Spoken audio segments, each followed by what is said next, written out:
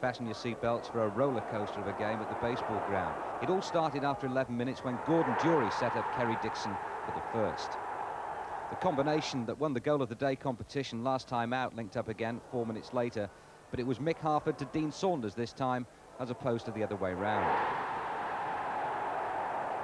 3 minutes before half-time, Chelsea went back in front with Dixon doubling his number of league goals for the season. Shilton saving from Lee, Dixon scoring. Well, by the interval, it was clear enough this wasn't going to be a day when defences would dominate. To be perfectly honest, marking and tackling weren't exactly the most conspicuous aspect of the game.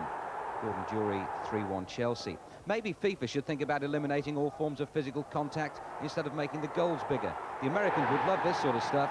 Trevor Hebberd with his first goal of the season, and that was 3-2.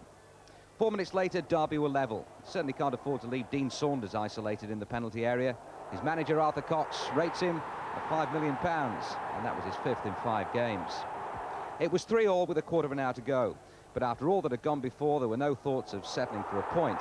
And when Micklewhite put Derby in front for the first time, the feeling was that Chelsea's winning run was about to end. That feeling lasted for less than a minute, and Chelsea's equaliser came from a most unlikely source, the head of Dennis Wise, smallest man on the pitch. Well, you'd have no trouble convincing the American market about Chelsea's 5th. These are gridiron tactics. Dave Besant in the role of quarterback. Durie, wide receiver. The defence on the retreat, expecting anything but the obvious. Durie's a striker in form, and informed strikers go for goal.